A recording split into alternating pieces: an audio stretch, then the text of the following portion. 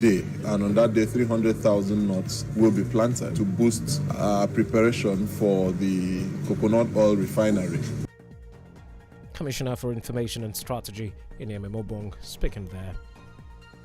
In security, Akwa Ibom lawmaker representing Etinan Nsilibom Federal Constituency, Anafiok says community policing can be encouraged by having a state policing structure that's backed by the law.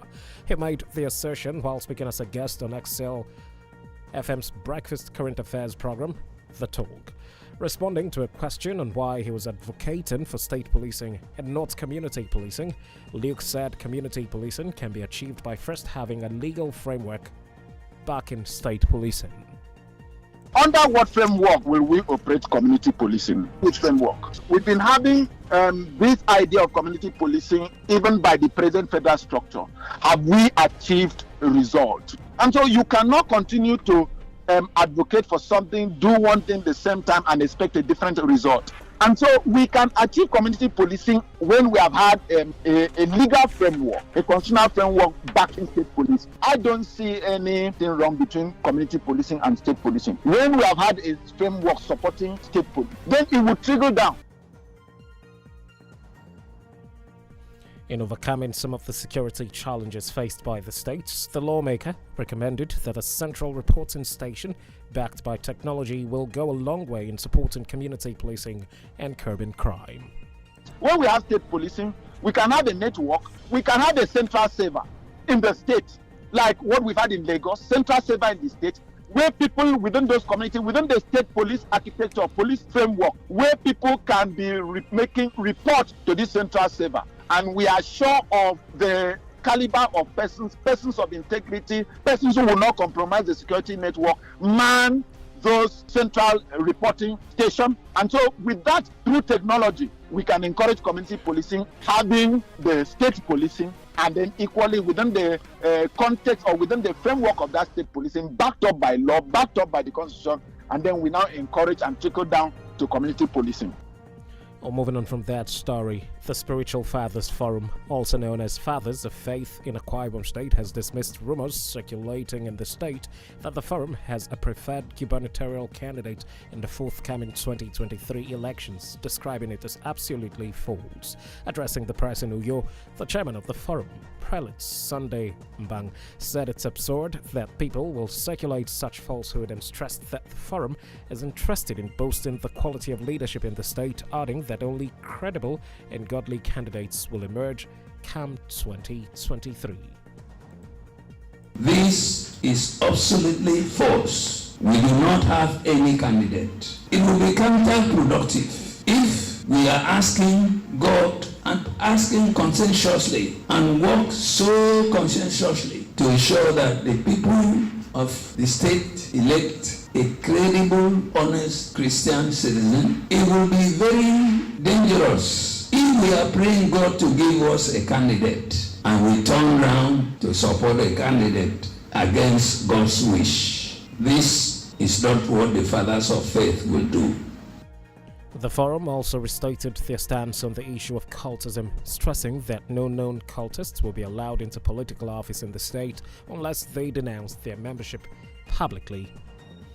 We are committed to praying, counseling, and openly working to ensure that peace and progress subsist in our state and nation, and our children and citizens saved from the suffocating and alluring hold of cultists and occultists. Therefore, the Spiritual Fathers Forum cannot and will not support the election of a known cultist into our political system and political offices. According to Mbang, the Fathers of Faith Forum is composed of leaders of the Christian faith who are 70 years and above and holding positions as church leaders across the state and whose experience and character exemplify them as Christ-like. Now, the Department of Petroleum Resources (DPR) has sealed 30 fueling stations and 8 liquefied petroleum gas (LPG) outlets for various offences in Eket, Uyo, and Ona local government areas, all in Akwa Ibom State. The state operations controller of the DPR, Victor Owodiasa, who disclosed this to journalists in Eket, said the filling stations and LPG outlets were sealed for offences ranging from under-dispensing, operating without valid sales and storage license, poor housekeeping, poorly sited and illegally operating in the state. According to him, the department would be proactive in order to ensure that gas retail outlets and gas plants were operating within safety procedures that govern the oil and gas industry. He urged residents to report any perceived illegal activity in fueling stations and gas plants to the DPR for further action. You're listening to XL News 360 on XL 106.9 FM Uyo. Let's take a break. We'll be back shortly with more stories. Do stay with us.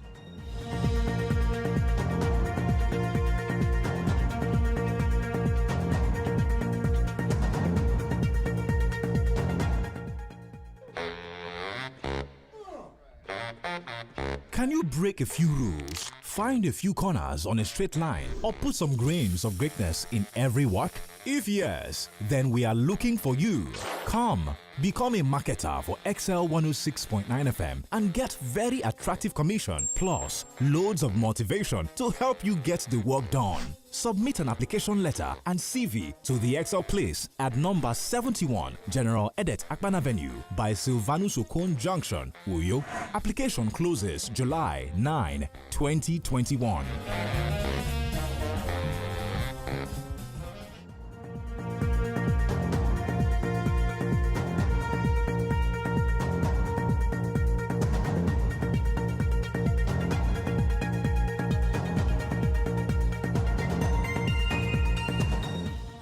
Thank you so much for staying tuned to XL News 360.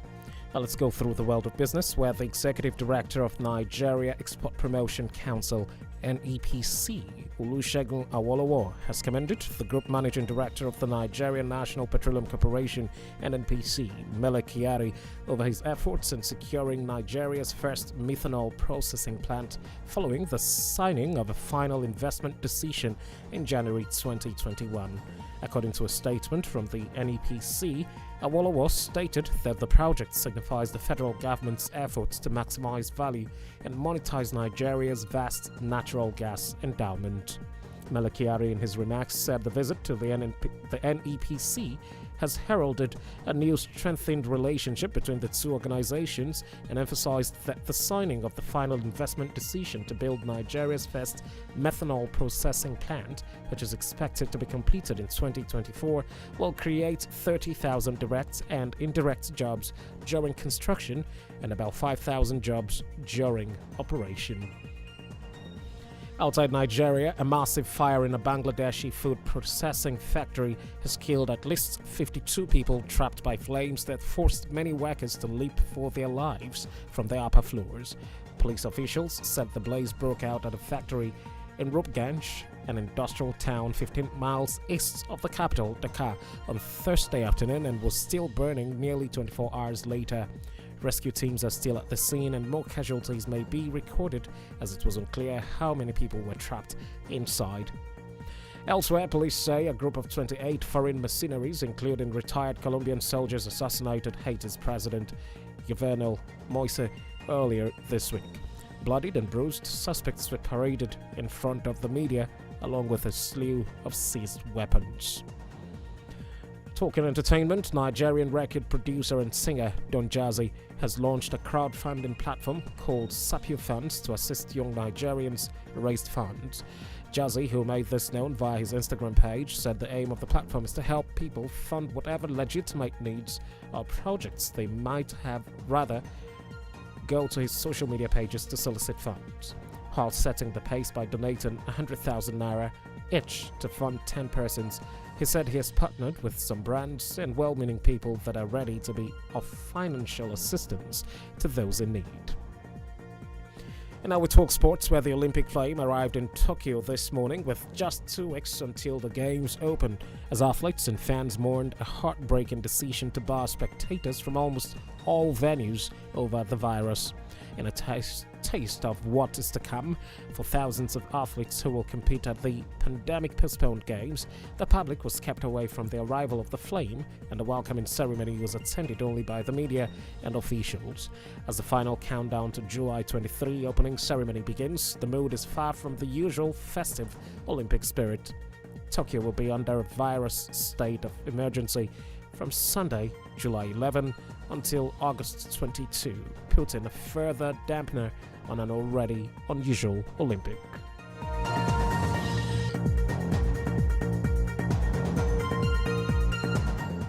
And those are the stories we followed for you at this time. For more information and inquiries, do well to visit and follow or like our pages on Facebook and Instagram at XL106.9 FM.